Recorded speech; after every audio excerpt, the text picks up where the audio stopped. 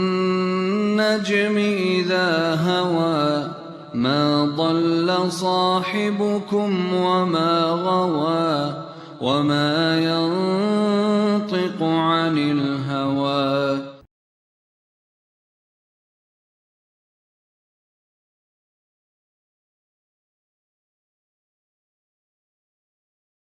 بسم اللہ الرحمن الرحیم. کل ہم نے علم کے بارے میں اس کے فضائل یا علم کی جو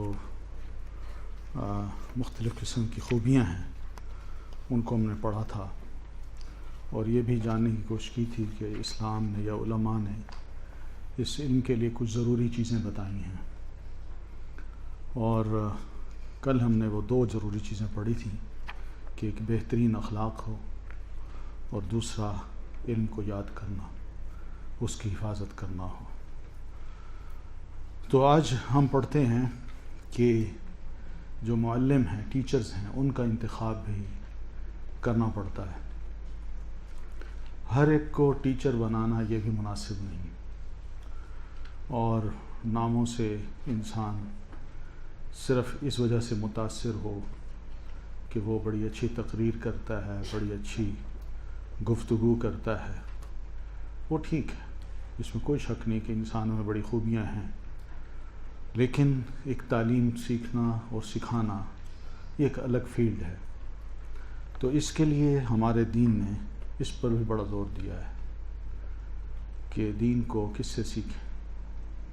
نبی صلی اللہ علیہ وسلم کا ارشاد ہے کہ المؤمن القوی خیر واحب الی اللہ من المؤمن الضعیف، کہ اللہ تعالیٰ کے نزدیک ایک ایسا مومن جو قوی ہو، طاقتور ہو، ایمانی اعتبار سے، علم کے اعتبار سے، دلائل کے اعتبار سے اور عمل کے اعتبار سے، ایسا قوی مومن جو ہے وہ اللہ تعالیٰ کو زیادہ محبوب ہے بنسبت اس مومن کے جو ضعیف ہو، کمزور ہو، اس کے پاس دلائل نہ ہو، علم کم ہو. وفی کل خیر، آپ فرماتے ہیں پھر بھی دونوں میں خیر ہے. فاحرص علی ما ینفعک، آپ فرماتے ہیں کہ جو چیز تمہیں فائدہ دے تم اس کے زیادہ حریص بنو. واستعن باللہ، اور پھر اللہ سے مدد بھی مانگو. ولا تعجز، اور عاجز ہو کے بیٹھ نہ جاؤ کہ نہیں یہ مجھ سے تو نہیں ہوتا. نہیں، ہمت کرو، آگے بڑھو اور اللہ سے مدد مانگو، اور جو چیز تمہارے لیے مفید ہو اس کے زیادہ حریص بن جاؤ. تو یہ وہ حدیث تھی جس کو صحابہ کرام نے بھی لیا، اور نبی علیہ السلام کی خدمت میں وہ آتے تھے، بڑی خواہش رکھتے تھے کہ کاش آپ کے پاس کوئی شخص آئے جو بڑا ذہین ہو، وہ آپ سے ایسے سوال کرے جو کبھی ہم نے نہیں پوچھے، اور ان سوالوں کے جو کیا کہتے ہیں ادھیڑ بن ہے وہ کھول دے، اللہ کے رسول کا جواب. تو اس طرح کے صحابہ آتے تھے اور نبی علیہ الصلاۃ والتسلیم سے سوال کرتے تھے. اس لیے ہم یہ بھی دیکھتے ہیں کہ ہماری تاریخ کے جو بڑے بڑے علماء ہیں انہوں نے اس انتخاب کو بڑا پسند کیا ہے اور ابھارا ہے مسلمانوں کو کہ مسلمان علم حاصل کرتے وقت اچھے اساتذہ کا اور اتھینٹک اساتذہ کا انتخاب کریں. امام احمد بن حنبل رحمۃ اللہ علیہ فرماتے ہیں طلب الاسناد العالی سنت عمن سلف، کہ سند عالی جو ہے اس کا طلب کرنا ان لوگوں کی سنت ہے یا طریقہ ہے جو ہم سے پہلے بزرگ گزر چکے ہیں.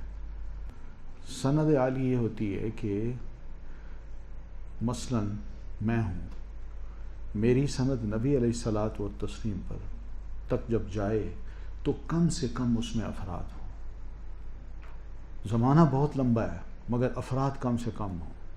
وہ اس طرح کہ اللہ تعالیٰ نے کسی کو 150 سال، 130 سال، 100 سال عمر دے رکھی، تو اگر یہ 14-15 صدیوں میں اگر میرے تو رسول اللہ صلی اللہ علیہ وسلم کے درمیان صرف 13 شخص ہیں، آپ سوچیں نا، یہ اس کو کہیں گے سند عالی. جیسے مثلا امام مالک رحمۃ اللہ علیہ، وہ 179 میں ان کا انتقال ہوتا ہے. اب ان کے اور رسول اللہ صلی اللہ علیہ وسلم کے درمیان صرف 2 بندے ہیں، آپ صلی اللہ علیہ وسلم 11 ہجری کو فوت ہوئے ہیں اور امام مالک رحمۃ اللہ علیہ 179 میں فوت ہوئے ہیں. کتنا گیپ ہے؟ 168 سال کا. 168 سال میں امام مالک اور رسول اللہ صلی اللہ علیہ وسلم کے درمیان صرف 2 بندے ہیں. وہ سند آپ کو یاد ہوگی، گولڈن چین یاد ہے نا؟ مالک عن نافع عن ابن عمر ان رسول اللہ صلی اللہ علیہ وسلم قال. یعنی مالک اپنے استاد امام نافع سے ذکر کرتے ہیں اور امام نافع حضرت عبداللہ ابن عمر سے، اور عبداللہ ابن عمر صحابی ہیں اور عبداللہ ابن عمر نبی علیہ السلام سے. تو یہ کم سے کم جو گیپ ہے بیچ میں، تو ایسی سند اگر مل جائے تو یہ کیا ہے؟ سند عالی. اور یہ سند عالی کے لیے بڑا ضروری ہے کہ اس گیپ کو فل کرنے والے وہ علماء ہوں جو اتھینٹک ہوں، ویک نہ ہوں.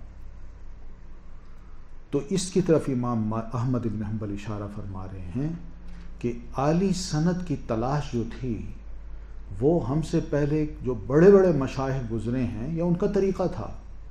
لأن اصحاب عبداللہ، کیوں؟ اس لیے کہ حضرت عبداللہ بن مسعود رضی اللہ تعالی عنہ کے جو ساتھی تھے، شاگرد تھے، کانوا یرحلون من الکوفۃ الی المدینہ، وہ کوفہ سے نکلتے تھے اور مدینہ آتے تھے.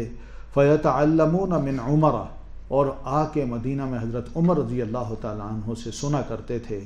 ویسمعون منہ، انہیں سے سیکھتے تھے اور انہی سے احادیث رسول سنا کرتے تھے. اب حضرت عمر اور حضرت عبداللہ بن مسعود میں کیا فرق ہے؟ دونوں صحابی ہیں، ہے نا؟ مگر عبداللہ بن مسعود کوفہ میں بیٹھے ہیں اور جناب سیدنا عمر رضی اللہ تعالیٰ عنہ مدینہ میں ہیں بطور خلیفہ کے. لیکن ان کے اپنے شاگرد کیا کرتے ہیں؟ وہ کوفہ سے نکلتے ہیں، مدینہ آتے ہیں اور مدینہ آ کے حضرت عمر رضی اللہ تعالیٰ عنہ سے ڈائریکٹ سنتے بھی ہیں اور ان سے سیکھتے بھی ہیں. کیوں؟ اس لیے کہ وہ سینئر ہیں، وہ نبی علیہ السلام کے قریب رہے ہیں اور آپ صلی اللہ علیہ وسلم نے ان کے بارے میں بہت سی گڈ نیوز بھی دی ہیں. تو اس وجہ سے یہ عادت تھی علماء کی کہ وہ سینئر موسٹ جو لوگ ہیں ان سے جا کے سنیں یا پھر ان سے جا کے علم حاصل کریں جن کے پاس اتھینٹک نالج ہے. یہ عادت تھی. تو ایسے ٹیچرز کا انتخاب بڑا اہم ہوتا ہے. امام شعبہ رحمۃ اللہ علیہ، شعبہ ابن الحجاج العتکی رحمۃ اللہ علیہ، بہت بڑے کریٹک، ناقد قسم کے محدث گزرے ہیں. یہ فرماتے ہیں اکتب المشہور عن المشہور، کسی استاد سے علم حاصل کرنا ہو اور اس کے علم کو لکھنا ہو تو اس سے لکھیے جو مشہور ہو. مشہور سے مراد یہ نہیں ہے کہ اس کا نام بڑا مشہور ہو، مثلا پڑھانے میں مشہور ہو، اتھینٹسٹی میں مشہور ہو، ثقاہت میں مشہور ہو، علم میں مشہور ہو، اور علم بھی وہ جو صحیح علم ہے. آپ اس سے سیکھیے پھر لکھیے، اور یہ مشہور بھی پھر آگے اسی قسم کے مشہور سے لے چکا ہو، یعنی اس کا شاگرد ہو. ایسے اسٹوڈنٹ جو نا ان کو چاہیے کہ وہ ایسے استاد کا انتخاب کریں جو اتقان میں، اتھینٹسٹی میں اور ایکیوریسی میں اور عدالت میں مشہور ہو. امام زہری رحمۃ اللہ علیہ یہ بھی بہت بڑے عالم ہیں، فقیہ ہیں، محدث ہیں اور بڑے مجاہد بھی ہیں، حق گو بھی ہیں. یہ فرمایا کرتے، ان سے کسی نے کہا کہ آپ بڑے بڑے لوگوں سے حدیثیں روایت کرتے ہیں اور جو موالی ہیں، موالی سے مراد جو آزاد کردہ غلام ہیں، لیکن انہوں نے علم حاصل کیا ہے، آپ ان سے سنتے ہی نہیں ہیں جبکہ ان کے پاس بھی علم ہے. تو انہوں نے جواب یہ دیا انی لاحدث عنہم، ایسی بات نہیں ہے کہ میں ان سے نہیں بیان کرتا، میں ان سے حدیث سنتا ہوں اور جب ضرورت پڑتی ہے میں بیان کر دیتا ہوں. لیکن ایک مسئلہ یاد رکھو، اذا وجدت ابناء المہاجرین والانصار، جب میں مہاجروں اور انصاریوں کے بیٹوں کو پاؤں اور وہ علم بانٹ رہے ہوں، انصار کے جو یعنی بیٹے ہیں اور اسی طرح مہاجرین کے بیٹے ہیں، وہ اگر اپنے والد کا علم لے کے آگے پھیلا رہے ہوں اور میں ان کو پاؤں کہ یہ علم دے رہے ہیں، تو اتقی علیہم، پھر میں ان پر اکتفا کر لیتا ہوں، پھر مجھے کسی موالی کے پاس جانے کی ضرورت نہیں ہے، کیونکہ انہوں نے تو ڈائریکٹ اپنے والد سے سنا نا، جو صحابی رسول ہیں، چاہے وہ انصاری ہیں، مہاجر کے بیٹے ہیں.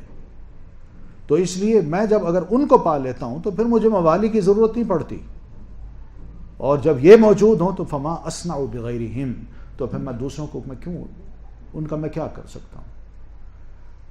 میں انہی سے سیکھوں گا، انہی سے ہی لوں گا، اور انہی کے علم کو اوتھینٹک سمجھتا ہوں، اور اسی علم کو میں آگے بھیجوں گا.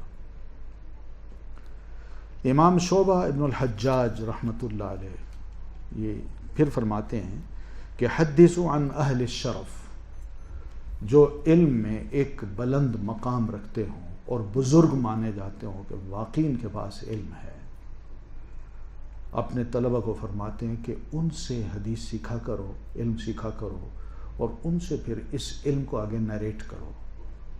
کیوں؟ وجہ یہ ہے کہ یہ عالی مقام جو لوگ ہوتے ہیں نا، فَإِنَّهُمْ لَا يَكْذِبُونَ، یہ جھوٹ نہیں بولتے، یہ جھوٹ نہیں بولتے. صحابہ کی اولاد ہو، اور پھر اسی طرح جن کی تربیت اچھی ہو چکی ہو، جو ایک اچھے خاندان کے افراد ہوں، اور پھر انہوں نے علمی اعتبار سے بھی ایک بڑا مقام بنا لیا ہو، اور عملی اعتبار سے بھی لوگوں میں جانے پہچانے ہوں، یہ اہل الشرف ہیں. آپ ان سے علم لیجئے، آگے بیان کیجئے.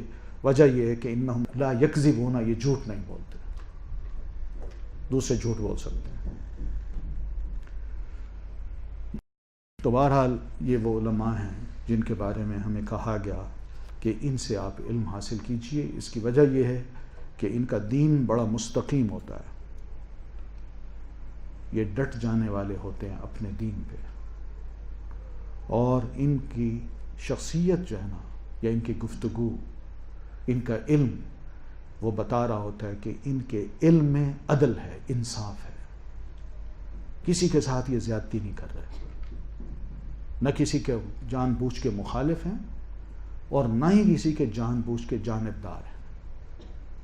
ان کی عدالت اور انصاف اور ایسا مزاج یہ بتا رہا ہوتا ہے کہ یہ معتدل قسم کے لوگ ہیں.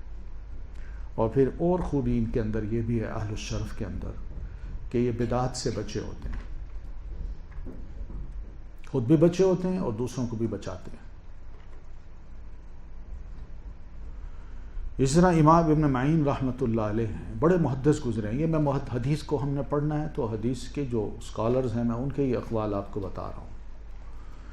وہ فرماتے ہیں کہ آلۃ الحدیث الصدق والشہرۃ والطلب وترک البدع واجتناب الکبائر.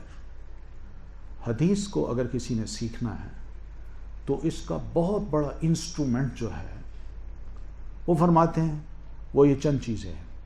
پہلا یہ کہ اس میں سچائی ہو، دوسری یہ کہ شہرت ہو، جس سے سیکھی جا رہی ہے وہ سچا انسان ہو، اور جس سے سیکھی جا رہی ہے وہ اس علم کے بارے میں مشہور ہو کہ واقعی اس کا اسکالر ہے، اور یہ مسلسل کئی عرصے سے پڑھا رہا ہے، اس کے بے شمار شاگرد ہیں. اور پھر وہ طلب، اور ہمیشہ اس کے اندر طلب رہتی ہے کہ میں اور سیکھوں اور سیکھوں. یہ نہیں کہ جو سیکھ چکا ہے اسی پر اکتفا کر رہا ہے، بلکہ اس کے پاس یہ طلب بھی بڑی ہوتی ہے. پھر وترک البدع، اور یہ جو ٹیچر ہوتا ہے جس سے حدیث آپ نے سنی ہے، اس کے مزاج میں یہ بھی شامل ہو کہ وہ بدعات کو چھوڑ چکا ہو اور بدعات میں انوالو ہی نہ ہو. اور واجتناب الکبائر، اور کبیرہ گناہ جو ہیں وہ ان سے بھی بچتا ہو. ایسے لوگوں سے سیکھیے. امام ابراہیم النخعی رحمۃ اللہ علیہ، یہ فقیہ بھی ہیں، محدث بھی ہیں. یہ فرماتے ہیں کانوا اذا اتوا الرجل لیاخذوا عنہ، کہ ہمارے دور میں یا پچھلے دور میں، یعنی ہمارے دور بچپن کے دور میں، جب سٹوڈنٹ کسی شخص کے پاس آتے کہ اس سے کچھ علم حاصل کریں تو نظروا الی سمتہ، وہ سب سے پہلے اس کی شخصیت کی طرف دیکھا کرتے تھے، یہ کیسا ہے، اور پھر اس کا لباس کیسا ہے، اور اس کی شخصیت کیسی ہے، اس کی حیت کیسی ہے، لباس کیسا پہنا ہوا ہے، اٹھتا بیٹھتا کیسے ہے. پھر وہ الی صلاتہ، اور اس کی نماز کی طرف بھی دیکھتے تھے کہ نماز کیسے پڑھتا ہے، وقت پہ پڑھتا ہے یا نہیں، با جماعت پڑھتا ہے یا نہیں، خشوع و خضوع کے ساتھ پڑھتا ہے یا نہیں، یا جلد باز ہے. یہ سب دیکھتے رہے، نوٹ کرتے تھے. وہ الی حالہ، اور اس کے حالت کی طرف بھی دیکھتے تھے. حالت سے مراد یہ ہے کہ اس کی اپنی انکم، اس کا اپنا ذریعہ، اور اس کا رہنا سہنا، لوگوں کے ساتھ اس کے معاملات، اور گھر کے اندر کے اس کے معاملات، بیوی بچوں کے ساتھ اس کا معاملہ کیسا ہے، یہ سب چیزیں دیکھتے تھے. یہ سب چیزیں نوٹ کرنے کے بعد ثم یأخذون عنہ، پھر وہ اس سے حدیث لیتے تھے. اگر ان کو تسلی ہوتی کہ بندہ ان تمام چیزوں پہ پورا اترتا ہے تو اس کو اپنا استاد مانتے تھے اور پھر اس سے علم حاصل کرتے تھے. تو آسان نہیں تھا پچھلے دور میں ٹیچر بننا.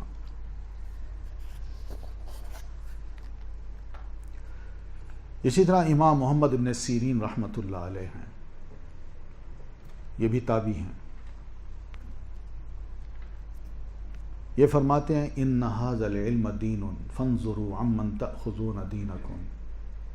سنو، اپنے اسٹوڈنٹ کو فرماتے ہیں یہ علم جو تم حاصل کر رہے ہو دین کا یا قرآن و سنت کا یا حدیث کا، یاد رکھنا یہ دین ہے. دین، یہ علم جو حاصل کر رہے ہو یہ ایک دین ہے.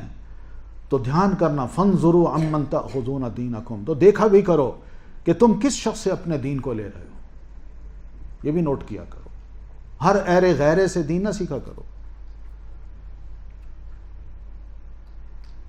تو یہ ان کی بڑی اہم گفتگو ہے یا کمنٹس ہیں جو ان کے دور میں بے شمار لوگ ایسے ہوتے تھے جو یہ دعویٰ کرتے تھے کہ ہم حدیث کے عالم ہیں، ہم جانتے ہیں اور ہم ہی ڈیزرو کرتے ہیں، لیکن ہوتی ان میں خرافات تھی اور میلانات تھے، مختلف سیکٹس کی طرف رجحانات تھے ان کے، عجیب و غریب، کوئی خارجی ہے، کوئی معتزلی ہے، تو وہ بھی بن بیٹھتے تھے شیخ. اور پھر اسی طرح اور بھی بڑے عجیب و غریب قسم کے نظریات کے لوگ اس دوسری تیسری صدی میں پیدا ہوئے ہیں، وہ بھی ٹیچر بن کے بیٹھ جاتے تھے. تو اس لیے وہ فرمایا کرتے تھے ان ھذا العلم دین، دھیان کرو بھائی یہ علم قرآن اور سنت کا یہ دین ہے. فانظروا عمن تأخذون دینکم، دیکھا کرو کہ تم اپنے اس دین کو کس سے لے رہے ہو. مراد یہ کہ استاد کا چناؤ جو ہے یہ بڑا اہم ہے. اس لیے ہم یہ دیکھتے ہیں کہ امام بخاری رحمۃ اللہ علیہ وہ فرماتے ہیں کہ میں نے 1000 ٹیچر سے احادیث سنی ہے.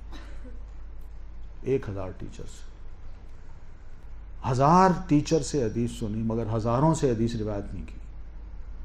صرف اس سے لی جو ایک پرٹیکولر بنیادی جو نقطہ ہے دین کا اور وہ عقیدے کا مسئلہ ہے، اگر وہ اس کے قائل تھے تو میں نے ان کی احادیث کو اپنی کتاب میں لکھا ہے ورنہ نہیں لکھا.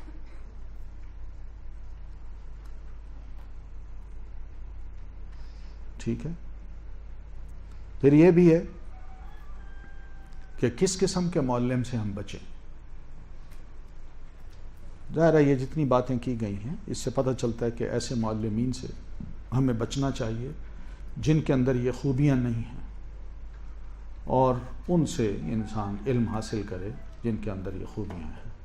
تو ٹیچر کے بارے میں تھوڑی سی تحقیق کرنی ہوگی، تفتیش کرنی ہوگی، اور خاص طور پر جو فاسق ہے اس سے تو بچنا چاہیے. اس کے پاس علم حاصل کرنے کے لیے نہیں جانا چاہیے اور نہ ہی اس کی کسی بات کو تسلیم کرنا چاہیے. ٹھیک ہے. تو تفتیش بڑی ضروری ہے.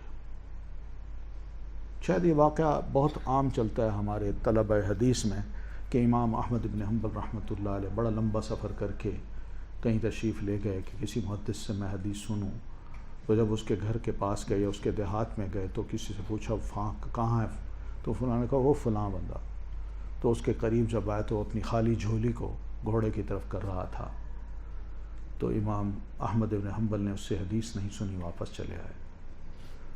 وہ یہ سوچ کے کہ یہ بندہ اگر گھوڑے کو دھوکہ دے سکتا ہے تو مجھے بھی دھوکہ دے سکتا ہے.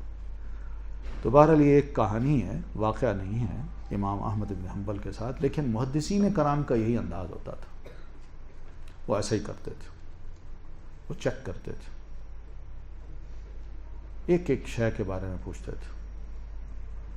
یعنی آپ اگر پڑھیں تو یہ باتیں ملتی ہیں کہ کوئی محدث اگر کسی کی حدیث سننے کے لیے اس کے علاقے میں یا اس کے گاؤں میں محلے میں گیا ہے تو یہی جو بات ہے کہ اس کی شخصیت کو دیکھتے تھے، اس کی نماز کو دیکھتے تھے، اس کے حالات کو جانتے تھے. تو یہ اتنی تفتیش کرتے تھے، اتنی تفتیش کہ وہ لوگ حیران ہو کے پوچھتے، جو اس کے رشتہ دار ہوتے وہ حیران ہو کے اس تفتیش کرنے والے سے کہتے بھئی خیر ہے، تم اتنا کچھ اس کے بارے میں پوچھ رہے ہو، اتریدون ان تزوجو، کیا تم چاہتے ہو کہ اس کو کوئی رشتہ دو؟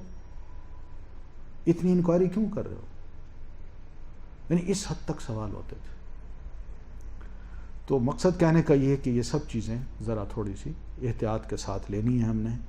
اس لیے محدثین کا یہ بھی ایک طریقہ تھا کہ امام مسلم رحمۃ اللہ علیہ نے اپنی مقدمے صحیح مسلم میں ایک بات لکھی ہے کہ لم یکونوا یسألون عن الاسناد. ہمارے یعنی اس دور سے پہلے، تابعین کے دور سے پہلے، لوگ سند کے بارے میں سوال نہیں کرتے تھے کہ تم یہ حدیث جو سنا رہے ہو کس سے سنی ہے، تم نے کس سے سنی ہے، یہ سوال نہیں کرتے تھے، اس لیے کہ اعتماد ہوتا تھا. لیکن فلما حدثت الفتنہ، لیکن جب فتنہ کھڑا ہوا، یعنی سیدنا عثمان رضی اللہ تعالیٰ عنہ کی شہادت کا، اس کے بعد لوگوں نے بے شمار احادیث گھڑ گھڑ کے نہ پھیلا دی.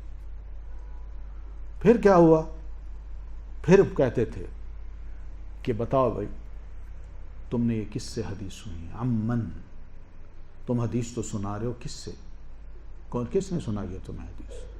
تو یہاں سے پھر ٹیچرز کی اور روایت کی تحقیق شروع ہو گئی، اور پھر اس طرح وہ لوگ جو اچھے تھے ان سے تو لے لیا گیا، اور جو ادھر ادھر انوالو تھے ان سے بالکل پرہیز کیا گیا. تو یہ ہماری چھوٹی سی ہسٹری ہے، اور ورنہ بہت کچھ ہے، آپ انشاءاللہ اس کو پڑھیں گے. حدیث کے بارے میں یہ کتاب جو ہے اس کو ذرا اب شروع کرتے ہیں.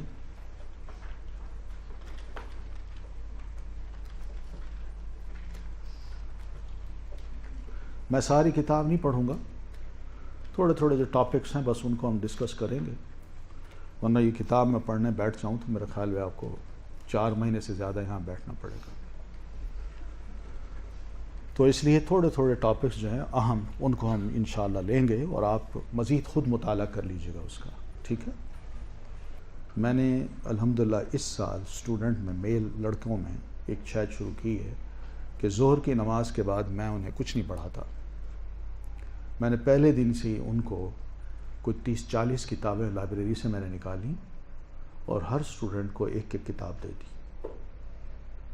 میں نے کہا یہ کتاب پڑھو، اور کتاب بھی 200-250 صفحے کی کتاب. میں نے کہا یہ کتاب پڑھو اور اس کتاب پہ ایک ریویو لکھو کہ اس کتاب میں کیا کیا ہے، اور کتاب کا تعارف کراؤ، نام، آتھر نیم، پبلشر، کس سال ہوئی، یہ، اور پھر اس کے بعد کانٹینٹس کیا کیا ہیں وہ سارے پڑھو اور اس کو لکھو.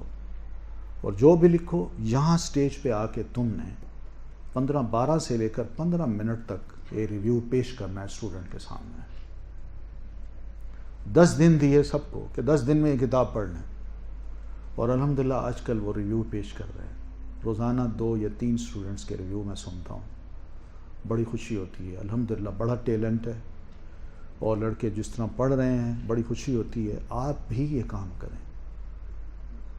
آپ سے بھی اگر مجھے اجازت دیں نا آپ کی انچارج، میں آپ سب کو ایک ایک کتاب دے دوں اور آپ کو کہوں تیاری کریں اس کی، اس کو پڑھیں، اور 10 دن کے بعد آپ میں سے 3 اسٹوڈنٹ یہاں کھڑے ہو کے اس کو پیش کریں. دیکھیں آپ کی پڑھائی ٹھیک ہوتی ہے کہ نہیں، دماغ کھلتا ہے کہ نہیں. میں صحیح کہہ رہا ہوں؟ چلیے، تو حدیث کا تعارف یہ چیپٹر ہے. حدیث کے یہ لفظ جو ہے یہ نبی علیہ الصلاۃ والتسلیم کے لیے خاص ہے، اور یہ خاص اس لیے کیا گیا ہے. ویسے عربی زبان میں تو اس کا مطلب ہوتا ہے بات، گفتگو، نئی چیز. یہ سارا اس کا یہ مطلب ہوتا ہے. لیکن نبی علیہ الصلوۃ والتسلیم کے لیے یہ چیز اس لیے خاص کی گئی ہے کہ باقی بھی صحابہ جو گفتگو کرتے تھے، بات کرتے تھے، تو ان کو بھی عربی میں حدیث کہا جاتا تھا، مگر صحابہ کرام نے اپنی گفتگو کو نبی علیہ الصلوۃ والتسلیم کی گفتگو سے ذرا سیپریٹ کرنے کے لیے آپ کی گفتگو کو حدیث کا نام دے دیا اور اپنی گفتگو کو بس گفتگو ہی کہا. یہ نہیں کہا میں حدیث بیان کر رہا ہوں یا میری یہ حدیث ہے. اس لفظ کو ایک مقام دے دیا انہوں نے کہ یہ خاص لفظ ہے اور خاص نبی علیہ السلام کی گفتگو کے لیے بس. ٹھیک ہے؟ تو یہ قرآن و حدیث جو ہم لفظ کہتے ہیں، تو قرآن کا مطلب قرآن ہوتا ہے اور حدیث کا مطلب نبی علیہ الصلوۃ والتسلیم کی اپنی جو گفتگو ہے. قرآن مجید میں یہ لفظ مختلف معنوں میں استعمال ہوا ہے. اگر آپ پڑھیں گی آیات کو آپ دیکھیں گی، قرآن کے لیے بھی استعمال ہوا ہے، پرانی کہانیوں کے لیے بھی استعمال ہوا ہے، نبی علیہ الصلوۃ والتسلیم کی اپنی جو گفتگو ہے اس کے لیے بھی یہ لفظ استعمال ہوا ہے. ٹھیک ہے؟ اور پھر اس کے بعد جدید کے معنی میں بھی آیا ہے، نیو، اس کے معنی میں بھی آیا ہے. تو اس لیے قرآن مجید اور عربی زبان کو اگر آپ دیکھیں گے تو یہ لفظ مختلف معنی میں ہے، مگر جب ہم حدیث کو پڑھیں گے اور حدیث ٹرمینالوجی میں حدیث کا معنی لیں گے تو وہ یہی کہ یہ لفظ نبی علیہ الصلوۃ والتسلیم کے لیے خاص ہے. اس لیے حدیث کا معنی یہی کیا گیا ہے کہ حدیث اس کو کہتے ہیں کہ ما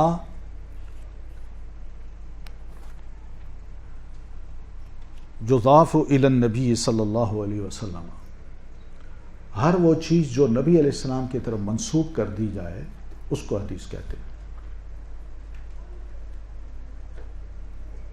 بس اس کا یہ اس کا مفہوم ہے جو علماء محدثین نے بتایا ہے. تو نبی علیہ الصلوۃ والتسلیم نے بحیثیت ایک رسول کے جو کچھ بھی ارشاد فرمایا، جو کچھ بھی کیا یا جو بھی اپروو کیا آپ نے، اس کو محدثین نے کہا ما، جو کچھ بھی یضاف منسوب کیا جائے الی الرسول صلی اللہ علیہ وسلم، اللہ کے نبی صلی اللہ علیہ وسلم کی طرف، تو اس کو حدیث کہتے ہیں. تو اللہ کے رسول صلی اللہ علیہ وسلم بحیثیت ایک انسان کے صحابہ کرام میں جیتے تھے. ہر وقت آپ کا کام نہیں تھا کہ میں بولتا جاؤں، آپ کبھی کبھی بولتے تھے اور اکثر و بیشتر آپ کرتے تھے. اور پھر اسی طرح آپ کے سامنے کوئی غلط کام ہوتا تو آپ منع کر دیتے تھے، اور اچھا ہوتا تو کچھ کہنے کی ضرورت ہی نہیں ہوتی تھی آپ کو. یہ ایک نیچرل وے ہے لائف گزارنے کا جو نبی علیہ الصلوۃ والتسلیم نے بحیثیت ایک رسول کے، ایک نبی کے صحابہ کرام کے درمیان گزاری. الفاظ تو یاد کیے جا سکتے ہیں، جو رسول بولے اس کے لفظوں کو ازبر بھی کیا جا سکتا ہے، اور لوگ سنتے ہیں، اس کو یاد بھی کرتے ہیں، اور اچھا لگتا ہے تو اس کو لکھ بھی لیتے ہیں. ٹھیک ہے نا؟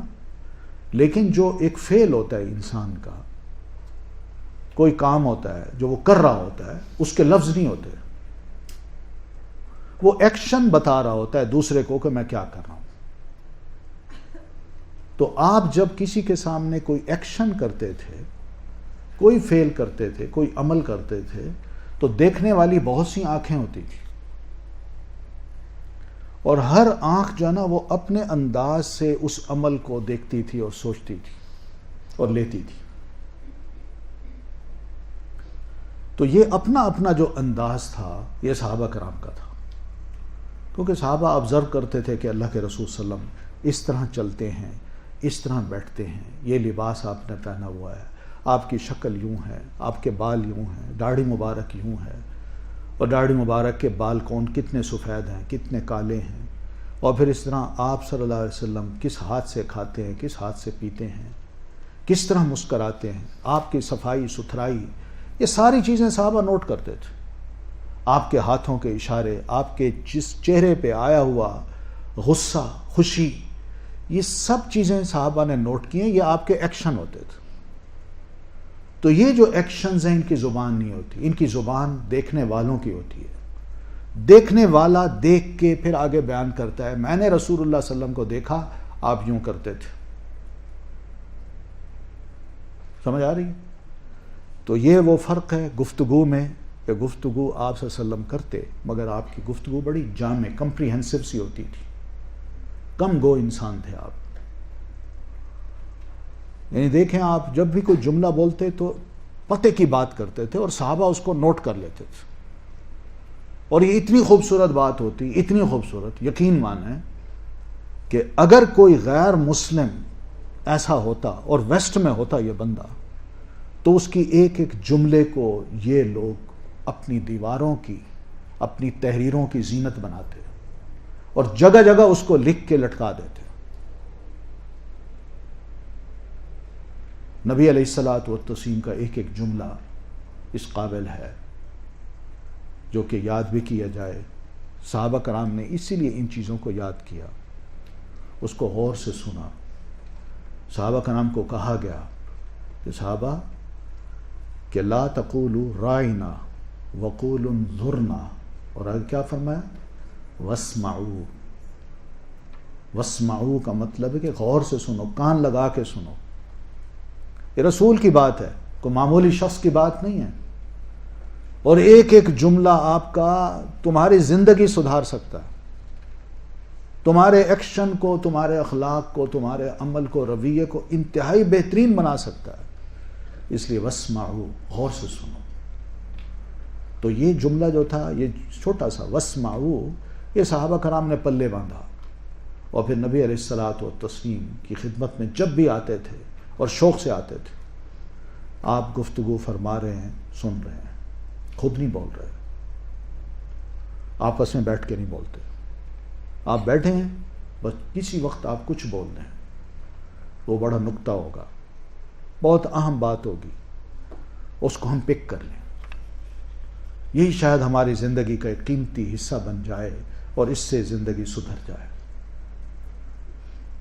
یہ طریقہ تھا صحابہ کرام کا. اور یہی طریقہ ہم بعد کے علماء میں بھی دیکھتے ہیں کہ بڑے بڑے علماء جو تھے، امام اعمش ہیں، امام زہری رحمۃ اللہ علیہ ہیں، ان کے بارے میں ان کے شاگرد کہتے ہیں کہ امام زہری جب کبھی مدینہ میں آتے تھے تو کننا نزدحم علی بابہ، ہم جتنے بھی بڑے بڑے اسٹوڈنٹ ہوتے تھے ان کے، ہم ان کے دروازے پہ رش کر جاتے تھے. کیوں کہ یہ نکلیں گے، کوئی نکتہ چھوڑیں گے، کوئی بات کریں گے، ہم اس کو پلے باندھ لیں جو شاید ہزاروں کتابیں پڑھنے سے بھی نہ ملے. امام اعمش رحمۃ اللہ علیہ کے بارے میں لکھتے ہیں کہ جب وہ صبح صبح گھر سے نکلتے تھے تو ان کے گھر کے دونوں طرف، دروازے کے دونوں سائڈ پہ، گلی میں، ادھر بھی علماء کی لائن ہوتی تھی، ادھر بھی علماء کی لائن ہوتی تھی. کیوں کہ ہمارے شیخ نے جو رات کو یا صبح کے بعد مطالعہ کیا ہوگا اس میں کوئی ضرور یونیک بات ہوگی، وہ جو ہی کریں گے تو ہم بس اس کو پک کر لیں. اور یہی سارے دن کی محنت کا ایک نچوڑ ہے جو ہمیں نصیب ہو جائے. تو یہی چیزیں تھیں جو صحابہ کرام میں بھی آئیں. واسمعوا، غور سے سنو. تو غور سے سنتے تھے، پک کرتے تھے، یاد کرتے تھے اور اس کو اپنی زندگی کا ایک اہم حصہ بنا لیتے تھے. اور یہ نہیں کہ اس کو بس اپنے تک رکھا بلکہ دوسروں تک بھی پہنچاتے تھے. تو یہ تو ہے نبی علیہ الصلوۃ والتسلیم کے جو ارشادات ہیں، ان کو اس طرح لیا گیا ہے. صحابہ کرام نے ایسے سنایا قرآن کے حکم کے مطابق. ٹھیک ہے؟ تو آپ صلی اللہ علیہ وسلم نے بھی ایسے لوگوں کو ابھارنے کے لیے دعا دی ہے ان کو. بڑی خوبصورت دعا ہے یہ. دعا ہمیں آج بھی لگ سکتی ہے. اگر ہم چاہتے ہیں کہ اللہ کے رسول صلی اللہ علیہ وسلم کی دعا ہمیں لگے تو یہ دعا ہمیں بھی لگ سکتی ہے. آپ فرماتے ہیں نضر اللہ امرأ سمع مقالتی فوعاها فأداها كما سمعها. اللہ اس شخص کو تر و تازہ رکھے جو میری بات کو غور سے سنتا ہے، پھر اس کو اچھی طرح یاد کرتا ہے، پھر اس کو ویسے ہی آگے پہنچا دیتا ہے. نضرہ کا مطلب جانتی ہیں؟ پھول کی طرح تر و تازہ رکھے، وہ مہکتا رہے وہ چہرہ. یہ نبی علیہ السلام کی دعا ہے. تو اس دعا کو بھی صحابہ نے سنا، قرآن مجید کے بھی ان لفظوں کو سنا، واسمعوا. تو صحابہ الرٹ ہو گئے کہ اللہ کے رسول کی ایک ایک بات کو ہم نے غور سے سننا ہے، یاد کرنا ہے. تو ایک تو یہ آپ کی جو ارشادات تھے وہ صحابہ کرام نے سنے، اور الحمدللہ ان کی اکثریت نے ان ارشادات کو یاد کیا. اور یہ ارشادات ضروری بھی نہیں ہے کہ آپ ایک ہی میٹنگ میں یا ایک ہی لیکچر میں بیان کر دیں، بلکہ یہ بھی ہوتا تھا کبھی آپ گھر میں اپنی زوجہ محترمہ کے پاس بیٹھے ہیں تو وہاں آپ نے کوئی اہم بات کر دی، ام المومنین نے وہ یاد کر لی. یا آپ کسی صحابی کے ساتھ اکیلے ہی کسی سفر پہ جا رہے ہیں، آؤٹ سکرٹس میں جا رہے ہیں، تو راستے میں آپ نے کوئی بات کر دی، اس صحابی نے پک کر لی. سفر کے دوران آپ کے پاس کوئی بدو آیا ہے، اس نے کوئی بات کی، آپ نے اس کو جواب دیا، اس بدو نے بھی پک کی اور دوسرے صحابہ نے بھی پک کر لی. تو اس طرح یہ مختلف مواقع جو ہوتے تھے صحابہ اس سے بڑے مستفید ہوتے تھے، غنیمت سمجھتے تھے ایسے اوقات کو کہ اللہ کے رسول صلی اللہ علیہ وسلم ہمارے درمیان ہیں اور آپ جو بھی فرماتے ہیں ہم ان کو سیکھ لیں. یہی جذبے تھے. جناب سیدنا ابو ہریرہ رضی اللہ تعالی عنہ یہ فرماتے ہیں کہ میرے ساتھ ہی بازار کا رخ کرتے تھے، وہ جا کے محنت مزدوری کرتے تھے، کما آتے تھے اور گھر میں وہ کھا لیتے تھے، ان کے بچے کھا لیتے تھے، مگر میں باوجود نوجوان ہونے کے میں بازار کا رخ نہیں کرتا تھا. کیا کرتا تھا؟ اپنے پیٹ پہ پتھر باندھ لیتا اور نبی علیہ السلام کے گھر کے باہر بیٹھ جاتا. اس لیے نہیں کہ آپ مجھے کوئی روٹی دیں، بلکہ اس لیے کہ اللہ کے رسول باہر نکلیں گے، آپ کچھ کہیں گے، میں وہ سیکھنا چاہتا ہوں، اور جب آپ تشریف لے جائیں گے تو میں آپ سے سنتا رہوں گا اور اس کو یاد کروں گا، اس لیے کہ زندگی کا کوئی پتہ نہیں. 4 سال حضرت ابو ہریرہ رضی اللہ تعالیٰ عنہ نے اس طرح گزارے ہیں، اور یہی 4 سال کے بعد اللہ کے رسول فوت بھی ہو گئے. اور جو علم انہوں نے سیکھا اور نبی علیہ السلام سے سنا، اس کو یاد کیا، وہ شاید کوئی دوسرا صحابی اتنا علم یاد نہیں کر سکا. شوق تھا، واسمعوا پہ عمل تھا، اور نبی علیہ السلام کی دعا کا مستحق بننے کا ایک خواہش تھی. تو اللہ کے رسول صلی اللہ علیہ وسلم جو فرماتے صحابہ نے سمجھ لیا کہ ہمیں سننا ہے. تو یہ آپ کے جو ارشادات ہوتے تھے، حدیث کی جب تقسیم کی گئی تو کہا گیا کہ یہ آپ کے قولی ورڈز ہیں، آپ کے ورڈز ہیں. تو آپ کی جو ورڈنگ ہے اس کو کہا گیا قولی حدیث. پھر آپ کے جو ایکشنز ہیں تو ان کو کہا گیا کہ یہ کون سی ہے حدیث؟ فعل. یہ فعلی حدیث ہے. اور فعل کا میں بتا چکا ہوں کہ ایک فعل کر رہے ہوں گے آپ، ایک فعل، اور دیکھنے والے سینکڑوں صحابہ سامنے بیٹھے ہیں یا 20 بیٹھے ہیں. فعل ایک ہوگا جو آپ کر رہے ہوں گے، مگر ہر ایک کی اپنی اپنی ایک نظر ہوگی، اور اس نظر کے مطابق وہ کچھ اخذ کر لیتا ہے آپ کی شخصیت سے اور وہ آگے بیان کرتا ہے. اس لیے نبی علیہ السلام کی سیرت کا کوئی پہلو بھی ہم سے مخفی نہیں ہے، حتیٰ کہ آپ کے گھر کے اندر کی جو لائف ہے، گھر کی لائف جو ہے، وہ بھی ہم سے مخفی نہیں ہے. کھلی کتاب کی طرح ہے آپ کی زندگی. تو آپ کا ایک ایک عمل وہ صحابہ کرام نے دیکھا اور مختلف انداز سے دیکھا، اس کو بھی بیان کیا گیا ہے. پھر آپ کی جو سامنے کو غلط بات ہوئی ہے تو آپ نے اس کو روک دیا، سمجھا دیا کہ بھئی یوں نہیں کرتے، یوں کرتے ہیں. جیسے حدیث آپ نے پڑھی ہوگی، ایک شخص آیا، اس نے جلدی جلدی نماز پڑھی تو آپ کی خدمت میں آ کے سلام کرتا ہے. آپ نے فرمایا ارجع فصلی فإنک لم تصلی، واپس جاؤ، دوبارہ نماز پڑھو، تمہاری نماز نہیں ہوئی. وہ اس طرح دوسری دفعہ پڑھتا ہے، تیسری دفعہ پڑھتا ہے، تیسری دفعہ آپ فرماتے ہیں ارجع، جاؤ واپس، پھر پڑھو. پھر واز کرتا ہے اللہ کے رسول آپ مجھے سمجھا دیں. تو پیارے نبی صلی اللہ علیہ وسلم نے اس کو سمجھایا کہ تم نماز یوں یوں کر کے پڑھو، آہستہ پڑھو، اعتدال سے پڑھو، اطمینان سے پڑھو. کھڑے ہو تو کم از کم پتہ چلے تم کھڑے ہوئے ہو، قیام کیا ہے، اور رکوع کرو تو پتہ چلے تمہاری کمر سیدھی ہو گئی ہے اور تم نے تسبیحات کہہ دی ہیں، اور اسی طرح سجدہ کرو تب بھی. تو اس طرح آپ نے اس کو پیار سے سمجھایا. اس نے کہا جی ٹھیک ہے، غلط کام تھا، آپ نے اس کی اصلاح فرمائی ہے، یہ آپ کی ذمہ داری بھی تھی. تو اس کو بھی حدیث کہتے ہیں. تو بہرحال یہ سارا میٹیریل جو آپ حدیثی کتابوں میں پڑھیں گے وہ نبی علیہ الصلاۃ والتسلیم کی شخصیت کے ارد گرد گھومنے والا یہ میٹیریل ہے. یہ یاد رکھیے کہ دنیا کی بڑی بڑی شخصیات جو ہیں، جو تاریخی ہیں، پرانے ہیں، ان کی زندگی کے یہ حالات اور ان کی زندگی کا یہ عمل ہمیں نہیں ملتے. بدھا کو دیکھ لیں، آج دنیا کی 1/4 آبادی اس کی قائل ہے، لیکن اس کے بارے میں کہانیاں ہیں، واقعات ہیں، مگر اس کی لائف ہسٹری کیا ہے، اس کا اپنا کردار کیا تھا، اس کی اپنی باہر کی زندگی یا گھر کی زندگی کیسی تھی، لوگوں کے ساتھ اس کے معاملات کیسے تھے، کچھ نہیں ملتا. یہی حال زرتشت کا ہے. زرتشت کے بارے میں بعد کے لوگوں نے بہت سی کہانیاں بنا دی، مگر اس کی شخصیت کیسی تھی وہ بھی کوئی مشکوک سی ہے.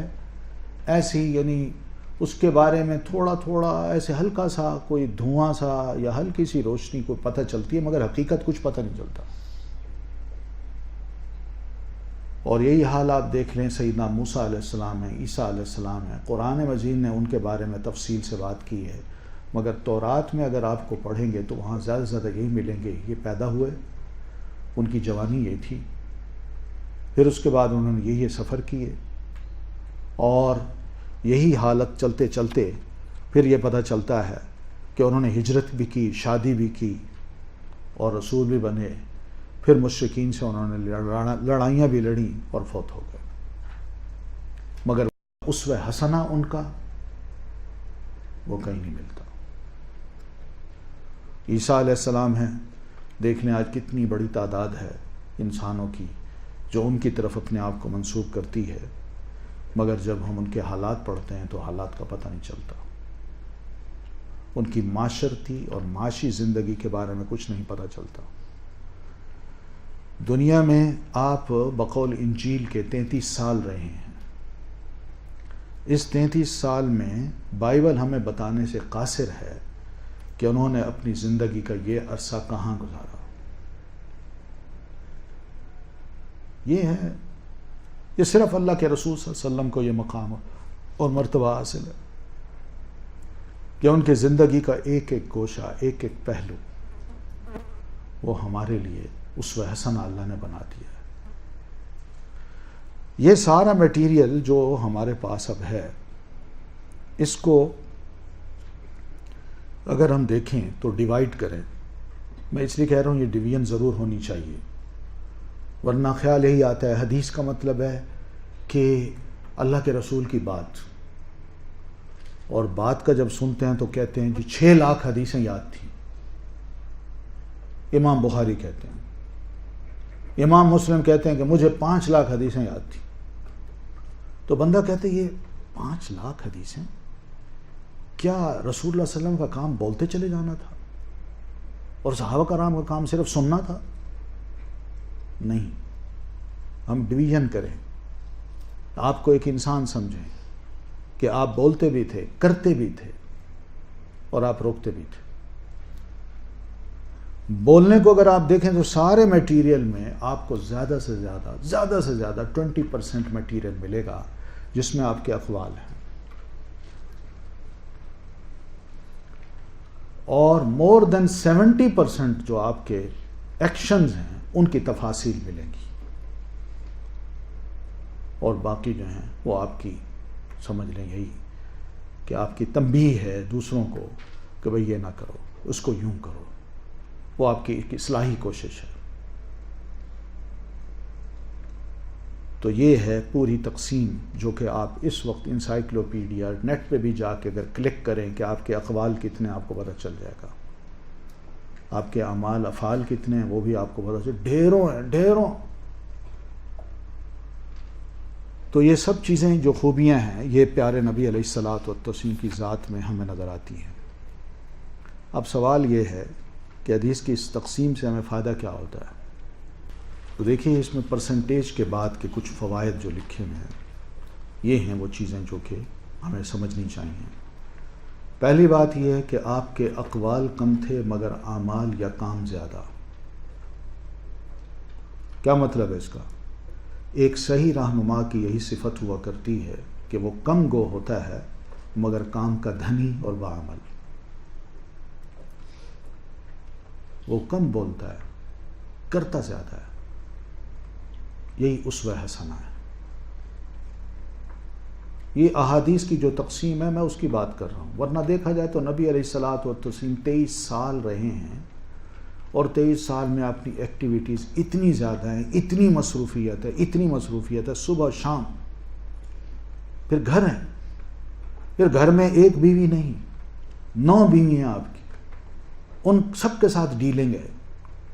یہ سارے جو معاملات ہیں یہ کوئی معمولی چیزیں نہیں ہیں کہ ایک عظیم ہستی جو ہے وہ بن جاتی ہے اس سے اللہ کے رسول صلی اللہ علیہ وسلم کی ذات، کہ کس طرح آپ نے اپنا وقت گزارا ہے. اور مزے کی بات یہ کہ ان 23 سالوں میں نبی علیہ الصلوۃ والتسلیم کا کوئی عمل ایسا نہیں کہ جس میں آپ نے لوگوں کے سامنے معذرت کی ہو کہ میں نے یہ غلط کام کیا. ہوتا ہے نا انسان کو شرم آتی ہے، یار مجھ سے غلطی ہو گئی. آپ نے معذرت نہیں کی. اور نہ ہی کہ بھئی صحابہ کرام کو یہ کہنے کی ضرورت ہوئی کہ اللہ کے رسول آپ نے یہ غلط کیا. اور اگر کہیں کسی کو غصہ آیا بھی صحیح تو سمجھانے والے نے اتنا سمجھایا انہ رسول اللہ، مت بولو وہ اللہ کے رسول ہے، مان لو کہ آپ جو کہتے ہیں مانتا ہوں، غصہ نہ کرو. جیسے صلح حدیبیہ پہ سیدنا عمر رضی اللہ تعالیٰ عنہ نے صلح کے جب کانٹینٹس پڑھے یا سنے تو انہیں بڑا شدید غصہ آیا. ایک غیرت تھی، اسلامی غیرت تھی. تو وہ کہتے ہیں اللہ کے رسول، اللہ نے اتنی عزت دی ہے، اتنی ذلت کا معاہدہ. تو آپ نے فرمایا میں وہ کروں گا جو اللہ کہتا ہے. اور حضرت عمر اسی غصے میں ذرا پرے ہوئے تو حضرت ابو بکر کے پاس گئے. تو حضرت ابو بکر رضی اللہ تعالیٰ عنہ سے عرض کرتے ہیں ابو بکر کیا ہم حق پہ نہیں ہیں؟ کیا آپ اللہ کے رسول نہیں ہیں؟ پھر یہ کیوں اتنی عزت اور اتنی ذلت کا معاہدہ؟ حضرت عمر نے کہا اچھا یہ بندہ بڑے جلال میں آیا ہوا ہے. تو فوراً فرماتے ہیں عمر دھیان کرو انہ رسول اللہ، وہ اللہ کے رسول ہے. چپ ہو گئے. اور یہی وہ چیز تھی جس کو حضرت عمر فرماتے ہیں میں ساری زندگی پچھتاتا رہا کہ میں نے یہ لفظ کیوں کہے تھے. دوسرے کو نصیحت ہوئی ہے لیکن نبی علیہ الصلوۃ والتسلیم بحیثیت ایک رسول کے جو کچھ بھی کرتے ہیں کسی کو بھی یہ جرت نہیں ہوتی کہ آپ صلی اللہ علیہ وسلم کی طرف انگلی اٹھائے کہ آپ نے غلط کام کیا ہے، یا آپ کسی کو کہیں کہ میں نے کوئی غلط بات کہی ہے یا غلط کام کیا ہے مجھے معاف کر دو. کتنی عظیم ہستی ہے یہ. تو ایک پوائنٹ تو یہ ہے. دوسری بات کہ حدیث صرف آپ صلی اللہ علیہ وسلم کے اقوال کا نام نہیں، ٹھیک ہے نا، بلکہ آپ کے اعمال، تقریر اور صفات بھی شامل ہیں. کیونکہ لوگ غلط فہمی اس طرح پھیلاتے ہیں کہ 6 لاکھ حدیثیں. انہوں نے کہا ہاں حدیثیں ہیں مگر اس کی ڈویژن یہ کیجیے کہ آپ کے اس میں اقوال ہیں، آپ کے افعال ہیں اور آپ کی اپروولز ہیں. تو اقوال 20% ہیں اور افعال جو ہے 70% ہیں. تو اس میں آپ کا کیا قصور ہے؟ اور صحابہ کرام کا کیا قصور ہے؟ انہوں نے تو آپ کی سیرت کو دیکھا، جانا اور آگے نیریٹ کر دیا کہ ہم نے دیکھا اللہ کے رسول صلی اللہ علیہ وسلم یوں بیٹھتے تھے، یوں کھاتے تھے، یوں پیتے تھے. اور اس کو بھی انہوں نے پسند کیا. اور اللہ تعالیٰ نے بھی کہا کہ رسول اللہ صلی اللہ علیہ وسلم کا ایک ایک عمل تمہارے لیے رول ماڈل ہے. تو انہوں نے اس رول ماڈل کو نہ صرف اپنایا بلکہ آگے بھی منتقل کیا. اس میں کیا قصور ہے؟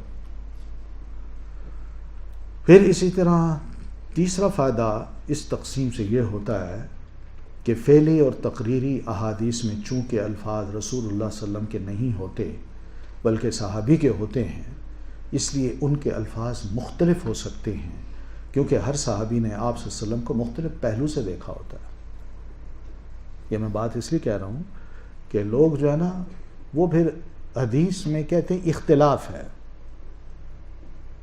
سمجھ رہی ہیں کہ حدیث میں اختلاف ہے. وہی اختلاف یہی ہوتا ہے.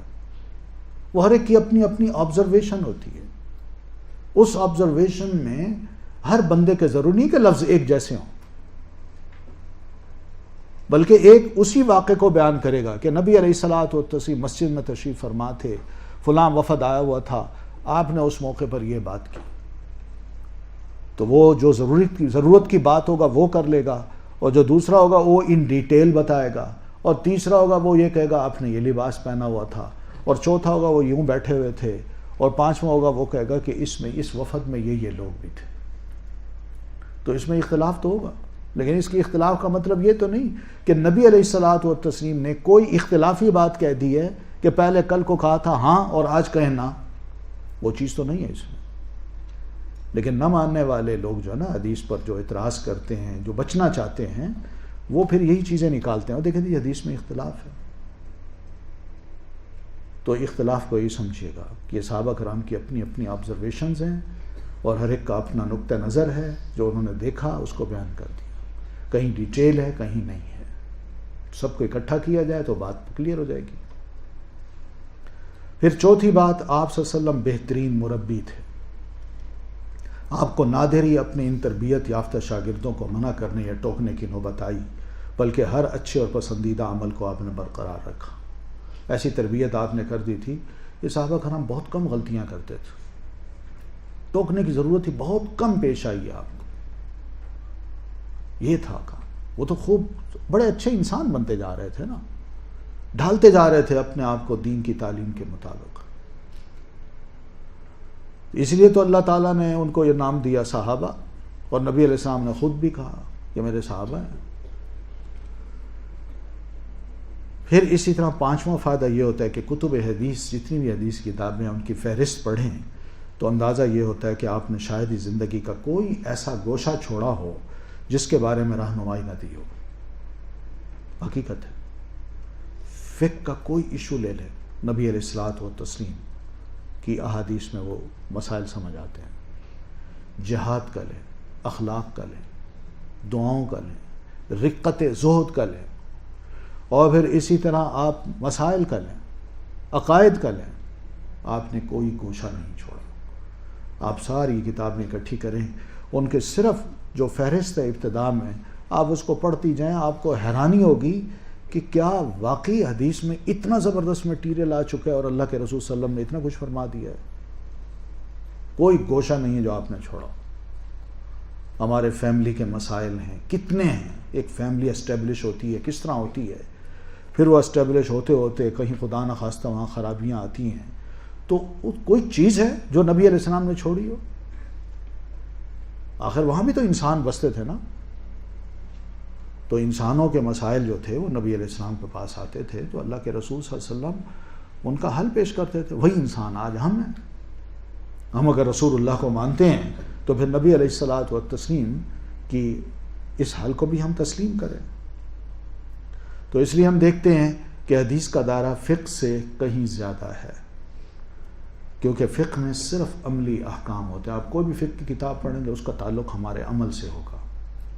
نماز کیسے پڑھنی ہے، طہارت کیسے حاصل کرنی ہے، زکوٰۃ کیسے دینی ہے، حج کیسے کرنا ہے، روزے کیسے رکھنے ہیں، یہ فقہی احکام ہوتے ہیں. فقہ کی کتابوں میں بس یہی 5 قسم کے مسائل ڈسکس کیے جاتے ہیں. مگر نبی علیہ السلام کی حدیث میں یہ 5 مسائل بھی ہیں، اور اس کے علاوہ عقائد بھی ہیں، علم کی بات بھی ہے، کتاب العلم بھی ہے، پھر جہاد بھی ہے، اخلاق بھی ہے اور زہد بھی ہے، اور اس کے علاوہ بہت کچھ ہے. تو بہرحال یہ بڑا وسیع علم ہے. تو نبی علیہ الصلوۃ والتسلیم کی ان احادیث کو ذرا اپنی اہمیت دینی ہے، اس تقسیم کو. اس پہ کچھ مزید باتیں بھی ہیں تو انشاءاللہ وہ ہم کل کریں گے. ٹھیک ہے؟ کوئی سوال تو نہیں ہے ابھی آپ کا؟ چلیں کوئی بات نہیں، انشاءاللہ آپ کو کتاب دینا پڑے گی مجھے. السلام علیکم ورحمۃ اللہ وبرکاتہ. ما ضل صاحبكم وما غوى وما ينطق عن الهوى